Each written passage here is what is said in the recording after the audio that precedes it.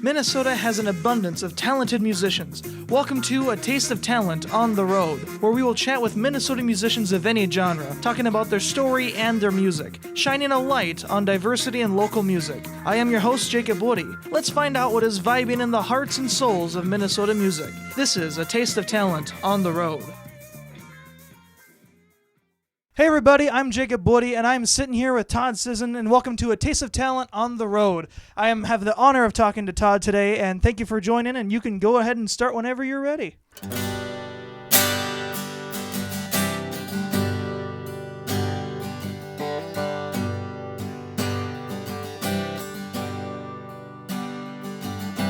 On my way, tonight I play in a bar in Minneapolis. I forgot its name. Hope it goes all right. Gotta get back home tonight. It's a long way to go and it's dark out on the road. I'll see you in the morning before the early light. Knowing that you're waiting for me there gets me through the night. On my way, just a few more hours to go, I'll be home.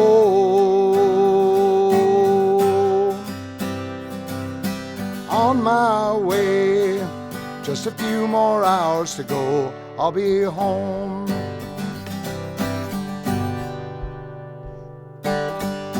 When I'm there, I get my rest, restore my soul in the place I love best. Spend some time with you, maybe write a song or two. Then it's back out on the road. I've got to play another show in another town.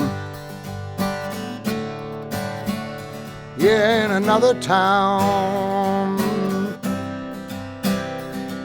And the highways and the byways, the semi-trucks and cars, hotels and the motels, restaurants and bars, playing out in other towns. I found one thing that's true. Home is where the heart is, and my heart is there with you. And I'll see you in the morning before the early light. Just knowing that you're waiting for me there gets me through the night. On my way, just a few more hours to go, I'll be home. On my way, just a few more hours to go, I'll be home. I'll be home.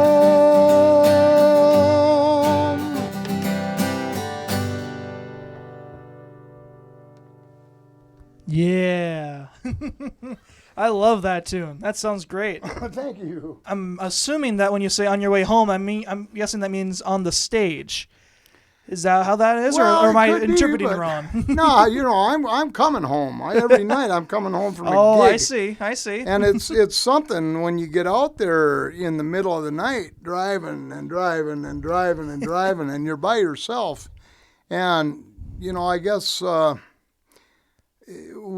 musicians don't usually get to work the day shift. So it's, there's not Right. much out there. And that darkness is also, pretty lonesome when you get out there. Mm-hmm. Very So true. I guess it kind of speaks to just being excited to be able to get out there and play, and just as excited to get back and be home where I love being. Oh, yeah. Well, Todd, thanks again for joining. You can finally do this, and I really appreciate you agreeing to be on the show. What you been up to? What's been going on? Well, the pandemic, has had pretty much everybody under a state of lockdown, and being a little bit older, and I've had some issues with my heart in the past, and so that whole thing was pretty scary. But I'm thankful that we were able to get through it with great care. My wife's a teacher, so she gets a lot of exposure to others. But we were fortunate that we really only had one person in our family that became ill from Corona, and he passed away. I'm sorry. Well, unfortunately, it just kind of nailed home the fact that this thing was as real as it was. Right. Yeah. And that being said, I'm also like really super thankful to our friends on the White Earth Reservation who first invited me and my wife to come for vaccinations way back on the 1st of March. Oh, wow. Okay. That was a terrible relief to both of us, and it gave us the opportunity to kind of think about moving forward. Nevertheless, now we've seen that technology has kind of won the day here, and Yeah. I'm going to hold my breath a little before I throw out any prognoses, but at this point, it seems that everybody can get out there and play. I've been able to go out and do some gigging. I got a couple shows over in Fargo and a little bit of stuff in the Perham area. Yeah. And I didn't really go out and heavily book a lot of stuff because we really didn't know what the status would be. Right. If places were going to be open. Typically a musician is going to book all of their shows early in February and March for the summer. Right. and that was really kind of hard to do. Mm-hmm. So I think there are a lot of musicians out there that are still hurting and that are still looking for work. I'm one of them. And the other side of it is that it kind of makes you sit back and try to get the creative juices flowing. And, and maybe produce some homemade music, if you will. and I've done a bit of that too. So, the last song was one result of that effort. So. Sure. Let's just go way back to the very beginning. How'd you get your start of playing guitar and getting into music and all that stuff? Well, I think I must have been a show-off when I was a kid because I know I got in trouble quite a bit when I was second grade, third grade. Oh, way back. Way back. And through the course of that, I did discover one thing that I really liked singing. And we had music in school, and I really enjoyed that.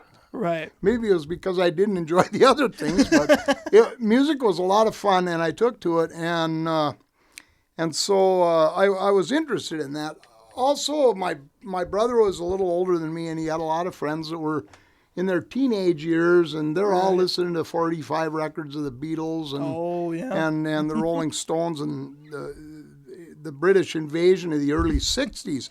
I grew up in a really good time to learn to like music in the first place because there were so many different things going on. And at the same time, by having that interest, the neighbors' kids were playing guitars. I wanted to do that too because everybody was looking at them. Oh, You get a lot of attention by being able to do that. And then I found out what happens if you make mistakes. and people give you a bad time. But eventually I just kind of learned to pick up the guitar, and I think I recall going in and playing in the school for my class when I was in 4th grade. Wow. Really early on. In 5th grade, we had a small band. My mother made costumes for us. We had bell-bottom pants. that were made out of leopard skin.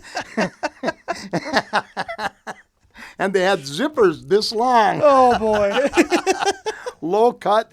And, oh, boy, we were really into it. So, starting at a very young age, I'd already taken piano lessons by that time for a couple of years. I mentioned my teacher and made you laugh a little bit. Oh, yes. She was a wonderful, wonderful little old lady, and she did her best. It's kind of the mama tried thing. Oh, yeah? Mm-hmm. As you can see, I'm not playing the piano, but I did learn some fundamentals from her, and then I learned how to play the saxophone in band starting in 5th grade. Sure. And it was just kind of a progression. I was playing guitar, and a friend of mine offered to sell me a bass. Okay. So I learned how to play bass, and then I learned how to play more guitar, and all the time I was singing. So it was just a progression. Sure. Well, let's get a good feeling now and hear another tune. With pleasure. I speak to this a little bit about how you feel better when you're playing, and I think it's important to kind of convey that. So this is the next song that I'm going to do here kind of speaks to that. All right, let's hear it. Grown up in the iron mines, blown west by the winds of time, never knowing what the future held in store. Playing songs on this guitar, singing out in backstreet bars, wondering sometimes if it even matters anymore. Lonely is the highway and I'm getting worn with age, but the pain and worries leave me when I'm sitting on a stage. I guess it is a blessing, I guess it is a curse. Maybe life is just another verse in some old song. In some old song. Singing old songs off the shelf, this old guitar and myself, while honky-tonkin' people drink their time away. Lonesome driving home at night, hope I get back there alright. Lay my worn-out body down, tomorrow's another day. Lonely is the highway and I'm getting worn with age, but the pain and worries leave me when I'm sitting on a stage. I guess it is a blessing, perhaps it is a curse. Maybe life is just another verse in some old song. In some old song. When I wake and see the light faded in the morning's light, feel the age that's risen in my bones. Thank the Lord I'm still alive, asking for the strength to drive another 100 miles or so to play another show. Lonely is the highway and I'm getting worn with age, but the pain and worries leave me when I'm sitting on the stage. I guess it is a blessing, perhaps it is a curse. Maybe life is just another verse in some old song. In some old town. Lonely is the highway and I'm getting worn with age. The pain and worries leave me when I'm sitting on the stage.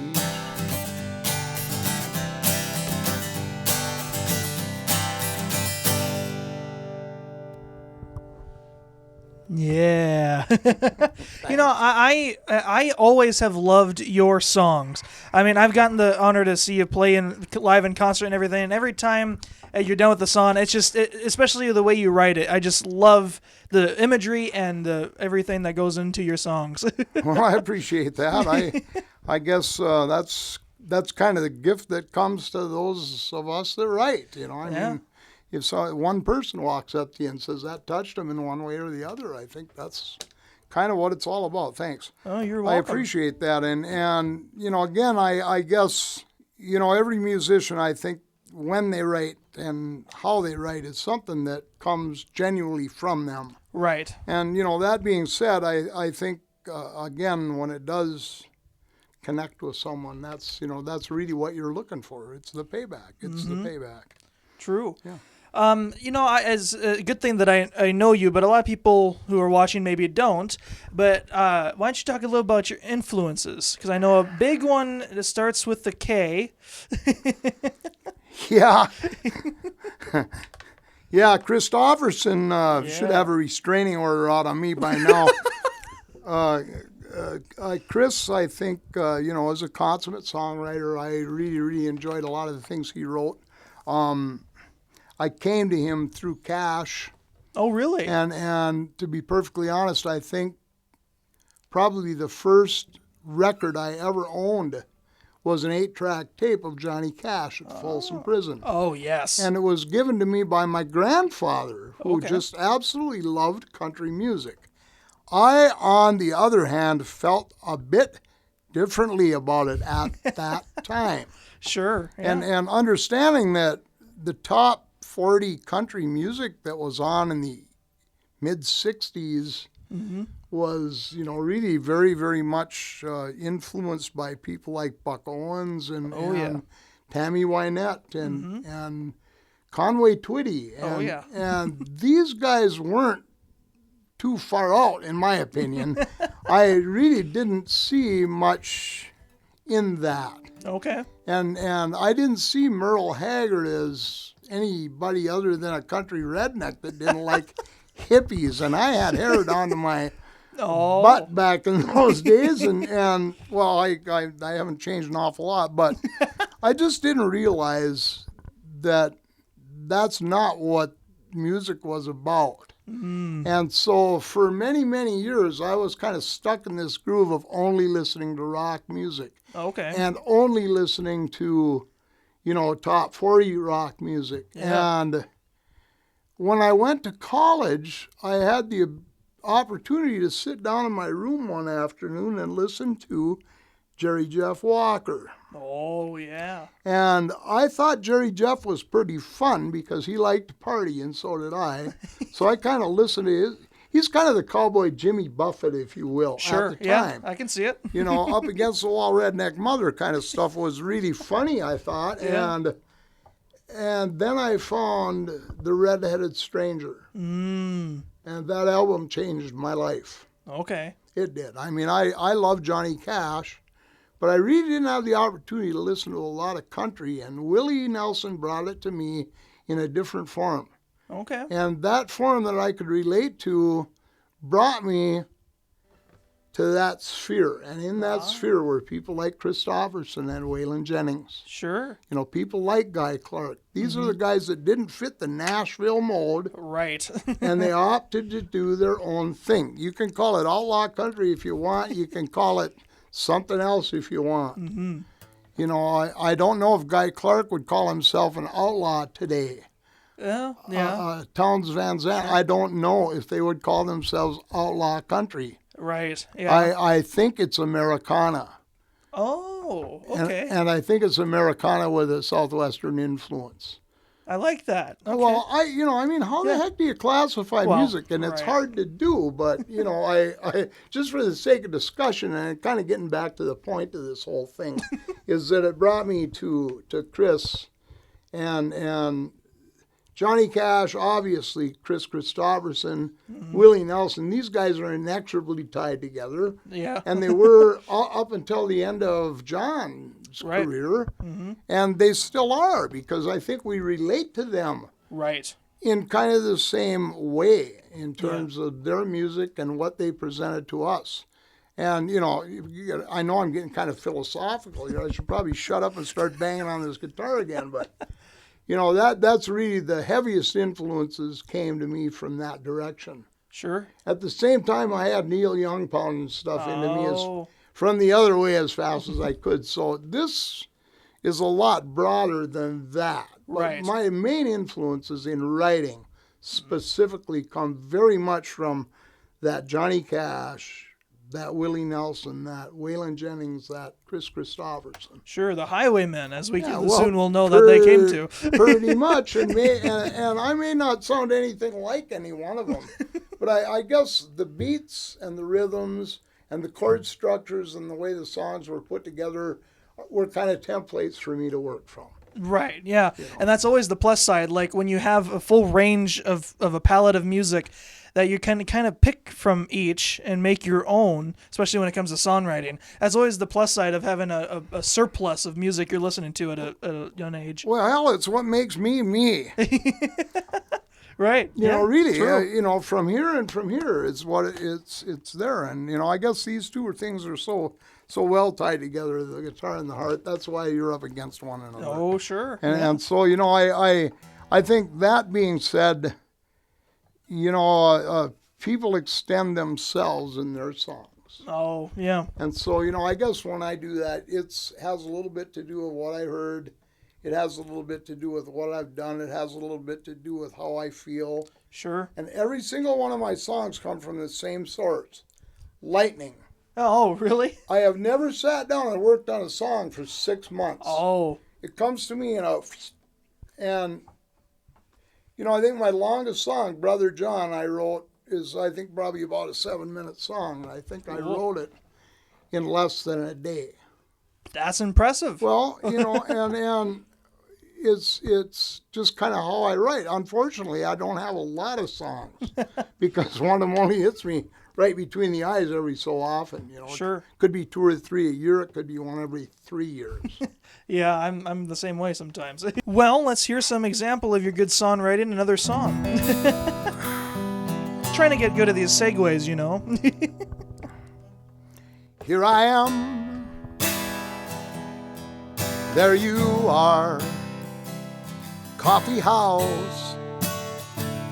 Dark and smoky bar. Here on the stage, I play alone. Wood and steel, flesh and bone. 30 years, me and this old guitar playing on. Who thought we'd get this far? And through it all, I guess we've grown. Wood and steel, flesh and bone. Wood and steel, flesh and bone. Play my songs, try to make them known. As I sing here all alone. Wood and steel, flesh and bone. Wood and steel, flesh and bone.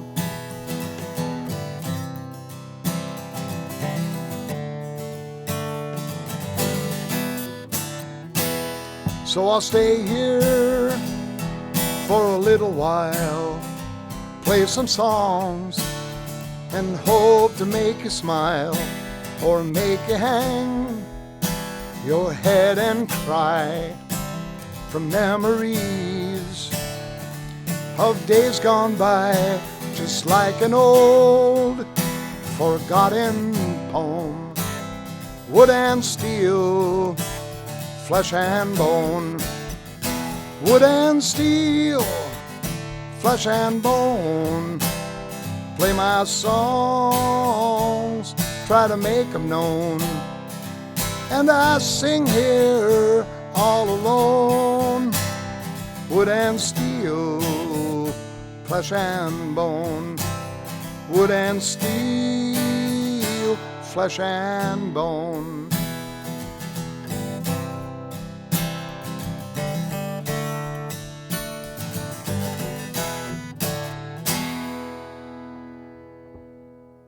You're tuned into A Taste of Talent on the Road. I'm Jacob Woody, and I'm sitting here with Todd Sisson.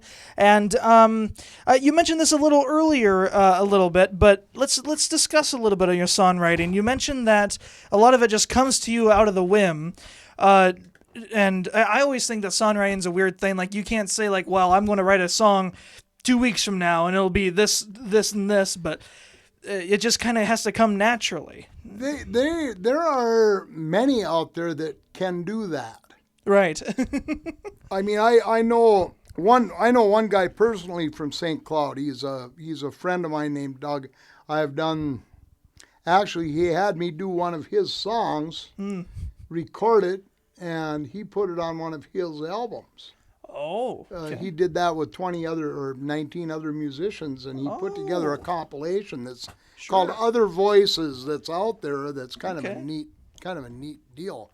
The way people craft tunes are different from person to person, obviously. Yep. And I think a lot of us pick up like little snippets, little lines, things like that. I know people who walk around with dictaphones or something they can record their notes on, if you will, and they'll write them down. And I guess I don't do that. But if two lines come along and it rhymes and the meter's there and it sounds, that could be the basis for the beginning of an entire song for me. Okay. It could start with a line. It could start with something as simple as something that happens when I'm practicing my guitar. Oh, okay. This matches with the way I think this should sound, kind of a deal. I'm working on a couple of songs that are just really sad, and they're really beautiful at the same time. And obviously, practicing in minor keys, you'll bring yourself kind of that way. Sure. And so, sometimes the the fact that they just kind of vaporize or materialize out of nowhere, it's kind of like materialize, if you will. And, I guess it's not without a certain amount of prerequisite knowledge. I mean, I've got some stuff going on back here, but sometimes I don't know it. Right. And what brings it out, God only knows, but a song like Wood and Steel, Flesh and Bone, it was just simply thinking to myself, what tools does a musician have to be able to get out there and present your craft? Sure. How does that professional go out there and make money? What does he do? Does he pound a nail in? Does he fix a pipe? No, he plays a guitar. What are those tools? It's not a hammer. It's not a nail. It's just wood and steel and flesh and bone. I like that. And, to me, getting down to the elements was kind of a neat thing. And all of a sudden that song kind of became born from it. Okay. Just kind of that thing. And I don't Right. know, it's a genesis or if it's an instant thing or what. I really don't know. Sure. I just wish I could do it a lot more often and Yeah. but at this point, I suppose I probably got 20 or 25 songs that I feel are presentable. And that's enough to be able to get me out to be able to play and sit down and handle a 2-hour show in a venue or something like that. Yeah. And when you finally sit down to write one, do you start with the guitar or the lyrics first? Yes. Both. Yeah. I'm the same way. I do them both at the same time. I don't know. It almost always starts with the music for me. Okay. I'll think of lyric, or I may think of parts of the lyric. Sure. But it really is important to me that the music base is there. Yeah. The musical base for the song is there. And I guess that's probably why I don't relate to some of the newer music that's out there, because it's a lot of it is more based on the inflection and the voice. Yeah, okay. That's true. Yeah, I can see that completely. Sure, it is you, and every one of your songs is a part of you, but do you use any kind of like outside influence, like you hear, I kind of like what Christopherson or Cash or Billy Joe Schaefer did with this little bit. Would you like incorporate that into your song? I would try. I try very much not to, but okay. I think every chord and every lick and every progression that's ever been done out there has already been done. Yeah. And so these things, I think, are innate in our minds. Sure. And I think they tend to come out. So the answer to that is yes, but it's not always intentional. Okay. By any means. It's not kind of like, I want to copy the lick from that. And, and play that song because that's so cool. But you might come back and say, geez, I like the way that feels, and I want to try to emulate something like that. Okay. Yeah. I don't know, what is that, like back engineering something and changing it by 10% so you don't get sued? Or? Right, yeah, pretty close. Yeah, just to make sure the copyright doesn't come across the board. No, I have kind of lifted myself from that restraint. Oh, okay. Because the way I look at it, I guess if I were ever fortunate enough to be able to sell my song to someone that would make it that important, that if I was to get sued by somebody else for that one measure guitar riff or something like that, I think you're probably in a position where you can just pay the guy and say, sorry, man, Right, yeah. But, and I think that's kind of the way they do some of that stuff in the music business. Yeah. You don't go steal the organ part for Whiter Shade of Pale or something like that. Right. Without paying for it. Right. Yep. You could ask Kid Rock or somebody like that has taken somebody else's song and redone it and done very well with it. And I think that's a good example. Yeah. Guys like that are funny because who in the heck else can write a song about homegrown tomatoes? Right. Now, if somebody said, my wife is going to take me out to the garden tomorrow and say, I want you to write a song about those Globe radishes down there, I'm going to say no. Maybe a hateful song towards the Gophers, but maybe not to the tomatoes. Yeah, there's them too. I think of what Slim Pickens told Willie Nelson in the movie Honeysuckle Rose. Okay. That as much as you hate to have him around, he can't hold any animosity for the little beep. Because they're just trying to make it in this world just like we are. Oh, yeah. It's kind of funny.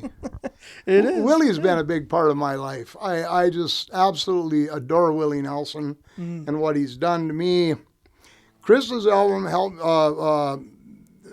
his first album, I forget the title of it, is I think one of the best country albums that was ever produced.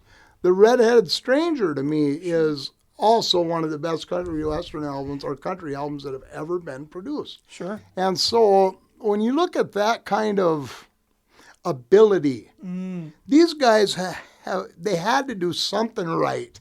Right. So why in the heck wouldn't you want to kind of try to follow their lead a little bit? And so, I agree that's very much influences how I write, and what I write about. Okay. Yeah. I think there's always some of that influence in there, and it's not glaring, it's not overt, but it's always there. And it's part of the building blocks that are in my toolbox to be able to craft that song. Sure. Yeah, I like that a lot. I guess I learned myself from interpreting from some of the best. There you go. Yep. There's a good coin phrase to say. Yeah. Well, let's hear another one then. One of my very good friends, a songwriter from Fargo named Darren Wentz, wrote a song called Welcome Angels. That is probably one of the most beautiful songs I've ever heard. Okay. And the first time I heard it, I wept bitterly. Okay. In a bar. And then they tried to kick me out for drinking too much. Which made me cry even a little more because I don't drink. And I was hungry. Oh, sure. But the song is basically looking at death from a different perspective. Oh. And, sad as it is, it is such a big part of everybody. It is what it is. True. And so, we're all going to die one way or the other. And Darren's song, kind of like the perspective of the person that was dying. Is that what you want to call dying from a first person's point of view? I guess, but nevertheless, it was different, and it touched me deeply. And so that song very much influenced me to think, geez, you better do a good song about dying too, because, again, it happens to all of us, and we all have to face it in our own way. But, what do you do when you know it's coming? Oh, sure. And I have a lot of friends that knew it was coming. They handled it in different ways, and some just kind of, I don't want to talk to anybody. And others were overt. Hey, every day you heard something from them. A lot of this is social media and that type of thing, but that's part of life today. Yeah, true. This song called Frontman Dying. All right.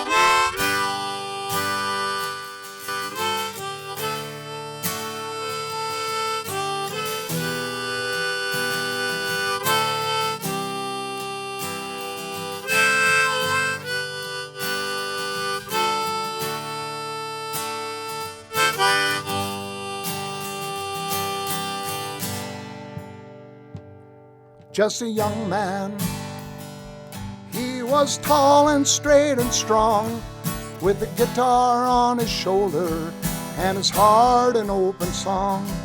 He played on all the stages from Duluth to Fargo town. People came to hear him play, lay their money down. As time went by, he was singing all the time in the honky-tonks, smoking cigarettes and drinking wine. Later on, when the bars were shuttered down, he'd take center stage in every after party in that town. Now he's crying. His doctor told him yesterday, I'm not lying, son. It's too late for you to pray. I've seen it coming down, the way you carried on. In the after hours life, you burned your body down. Now it's time to pay, no use crying, frontman's dying.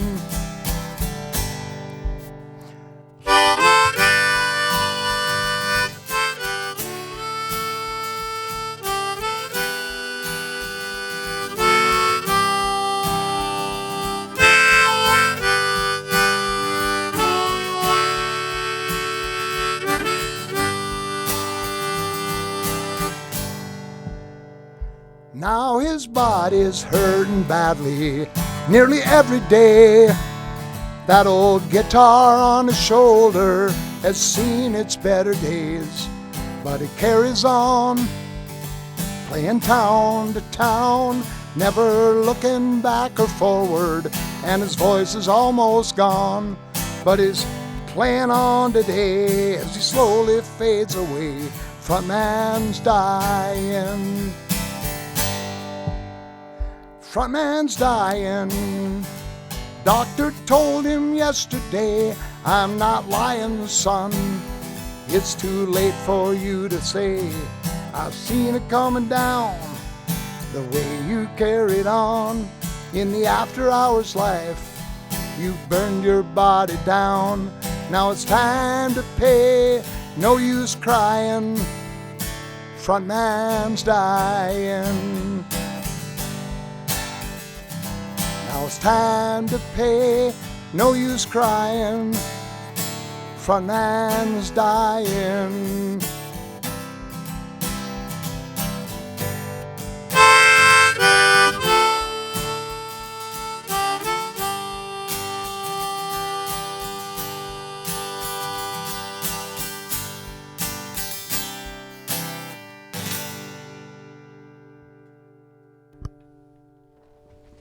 That has to be probably my favorite one so far.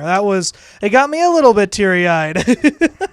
That was awesome. Oh, thanks. When people see you play, I mean, and I was kind of a part of this, one of the first things they notice is your fingernails.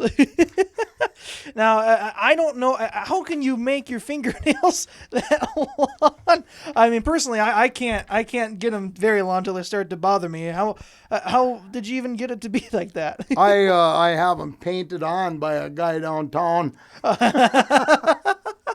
acrylic. Okay, really? All right. Yeah, basically, I switched away from, because of my style, I tend to strum with the back of my fingernails. And if you do that, guitars are kind of like cheese graters.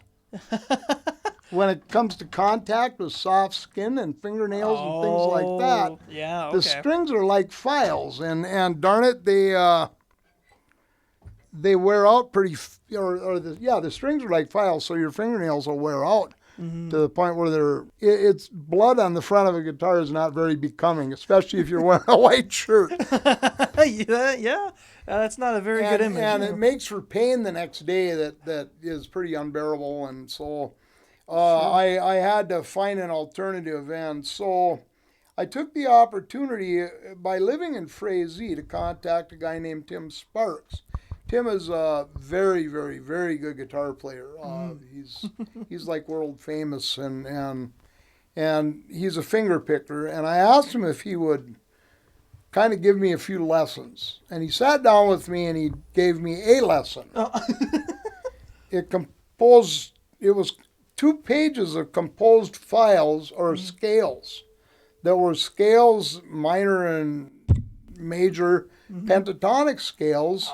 And he wore finger picks that were glued on. And I said, where did you get those? He said, well, I bought them down at Walmart. And they're a brand named Kiss brand or something like that. And it's like, okay. And I put them on and I tried them, but I broke them because I'm very heavy-handed. Sure. Tim is very, very light. Yeah. He's a very light picker where I am just Mr. Hammerman. So they wouldn't stand up to the rigors of my playing. So I went to a different level and went down to a local nail shop and said, well, this stuff is acrylic. Acrylic's supposed to be bulletproof. Oh. Make me some fingernails. And they said, okay, how many do you want? And I said, well, just put 3 on here. And I sat down with my guitar, and we were total strangers for about 2 weeks. Okay. And then it started to click, and after a certain amount of practice, it just became second nature, and now it's like I can't live without them. Wow. So, you know, it's just something that that has given me a little bit better opportunity to work with my guitar in my style. Sure, yeah, that's pretty impressive. I don't like these bolt-on picks, you know. You can put them on your fingers, and this is one of these fancy new ones that you see these guys advertised, where you can slip them on, and sure, they don't fit right for me. Picking at a 90-degree angle is a little different than what I'm used to, and that's kind of weird. So sure. I guess, again, it gets back down to the fact that we're all individuals, and how we write songs, how we play music, how we interpret other people's music. All these things are our own. Right. And, you know, that being said, it's kind of like, well, that makes the song all your own. Very true, yeah. Yeah. Well, say, where can people find your music? I know that's the biggest question I've asked so far. The best place to see me or to hear me online is going to be at SoundCloud.com. Okay. And you can just type in my name, Todd Sisson, and it should bring up a list of the available songs that I have. And they're set up for free streaming right now, so you can listen. And I encourage you to do so, ask you to do so. Share them with billions of your friends and have lots of fun. And I'm not asking anybody to send money yet. But you can if you want. We're asking for donations over here now. No, if you're going to spend money after you listen to my music, you go to NEG Radio and donate. There you go. Yeah. Because they've done a very, very nice job up here. They played several of my songs several times online, on the radio. They support local musicians and local music, and they're a local station. Mm-hmm. My roots in that organization are really deep. But let me tell you, it's worthwhile, and I would encourage you to do what you can to help. Yeah. You know. Well, Todd, I hate to say it, but I think it's time to say goodbye. Do you have one last song for us? I think I can squeeze something out of the barrel here.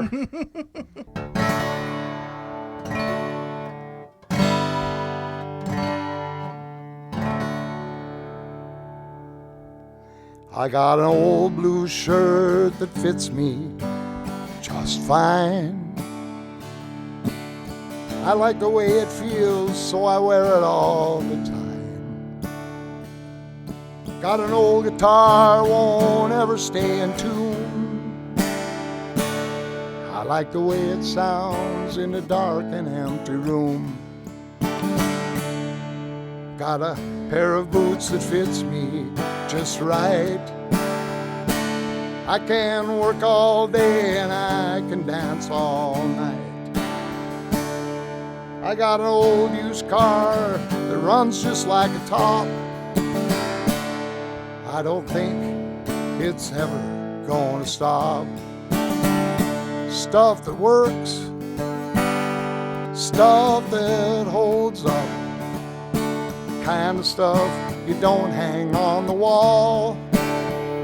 Stuff that's real, stuff you feel, the kind of stuff you reach for when you fall.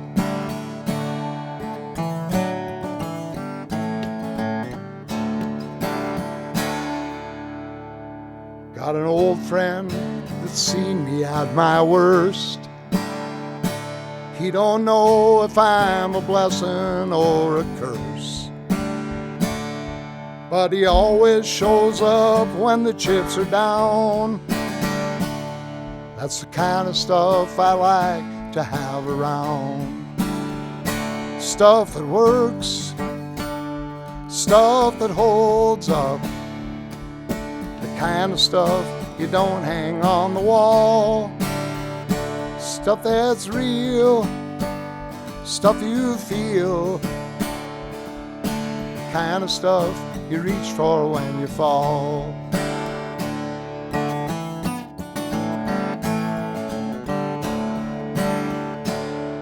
Got a woman I love that's crazy, paints like God. She's got a playground sense of justice and don't take odds. Got a tattoo of her name right through my soul. I think everything she touches turns to gold. Stuff that works, stuff that holds up, kind of stuff you don't hang on the wall. Stuff you feel, stuff that's real, the kind of stuff you reach for when you fall. Stuff that works, stuff that holds up, the kind of stuff you don't hang on the wall. Stuff you feel, stuff that's real, the kind of stuff you reach for when you fall.